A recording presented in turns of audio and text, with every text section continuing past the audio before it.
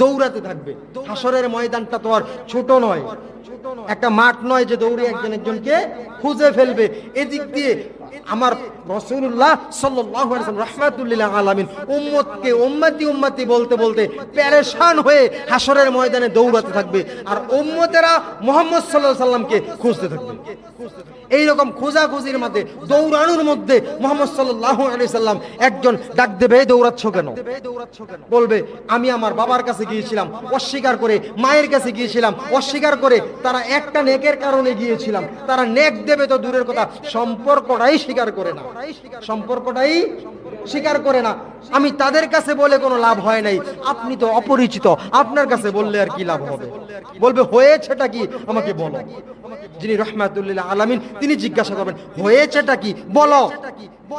বলবে মিজানের পাল্লায় যখন আমার নেকবত ওজন করা হয়েছে, আমার নেকের পাল্লা হালকা হয়ে গিয়েছে, দুই একটা নেক বাকি আল্লাহ তাআলা সুযোগ দিয়েছে, দুনিয়ায় অনেক আপনজন ছিল তাদের থেকে নেক নেওয়া যায়, আমি কারো কাছ থেকে পাই নাই, এই জন্য পেরেশানি হয়ে আমি ঘুরতেছি, দৌড়াচ্ছি, আহারে কি করব, আফসোস করতেছি। বলবো দাঁড়াও, তোমার নেক নিয়া আমি মিজানের পাল্লায় যাব, সুবহানাল্লাহ, দেখি তোমার নেকটা আরেকবার ওজন করা হোক।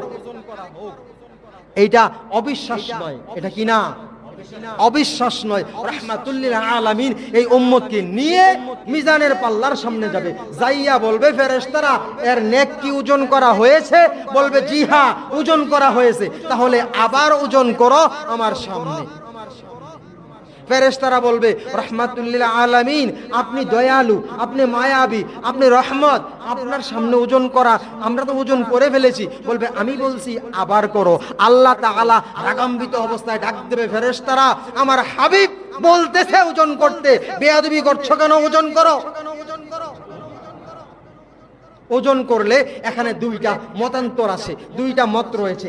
এক মতে বলছে আল্লাহর রাসূল সাল্লাল্লাহু আলাইহি ওয়াসাল্লাম এরকম শাহাদাত আঙ্গুলি নেকের পাল্লায় হালকা টাচ করে দেবে।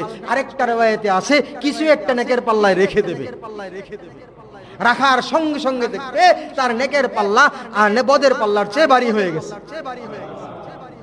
আল্লাহ আল্লাহ আল্লাহ তাআলা যখন হাবিবকে আদেশ করবে যে তুমি উম্মতের জন্য সুপারিশ করো, তখন এই অবস্থাটা গত সপ্তাহে বলেছিলাম না, তিনি কাঁদতে থাকবে সুপারিশের জন্য, আল্লাহর কাছে প্রার্থনা করতে থাকবে আল্লাহ আমার উম্মতকে বাঁচাও।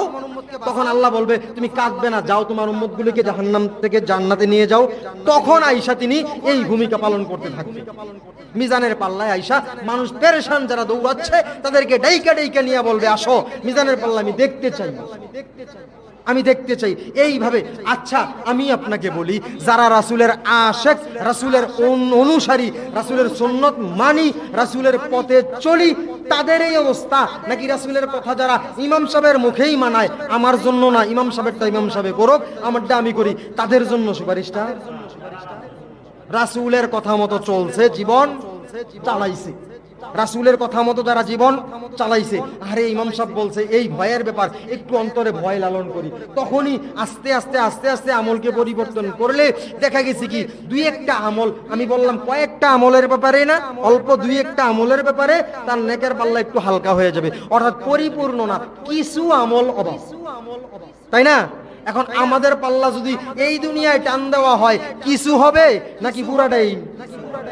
জল্লা বুঝেন? জল্লা ছোটবেলায় আমরা যখন ক্লাস 2-3 পড়তাম তখন খেলাধুলা করতাম, একজন দাগের বাহিরে গেলে তারে বলতাম জল্লা, এখন আউট বলা হয়। এখনকার অবস্থাটাও আমি জানি, পোলাফেন্ডে জিজ্ঞাসা করি মাঝে মধ্যে, ছোট পোলাফেন্ড তোরা কি কস? কয় আউট। আমরা কইতাম জল্লা। জল্লা মানে কি? দাগের বাইরে।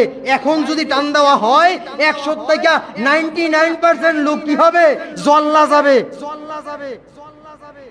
তারা সুপারিশ পাবে। শুধু সুপারিশ আশা করলেই কি হবে নাকি? আশা করলেই তো হবে না। আপনি শুধু সম্পদশালী আশা করলেই হবে না কামাই করতে হবে? কামাই করে তারপর সম্পদশালী আশা করা লাগবে।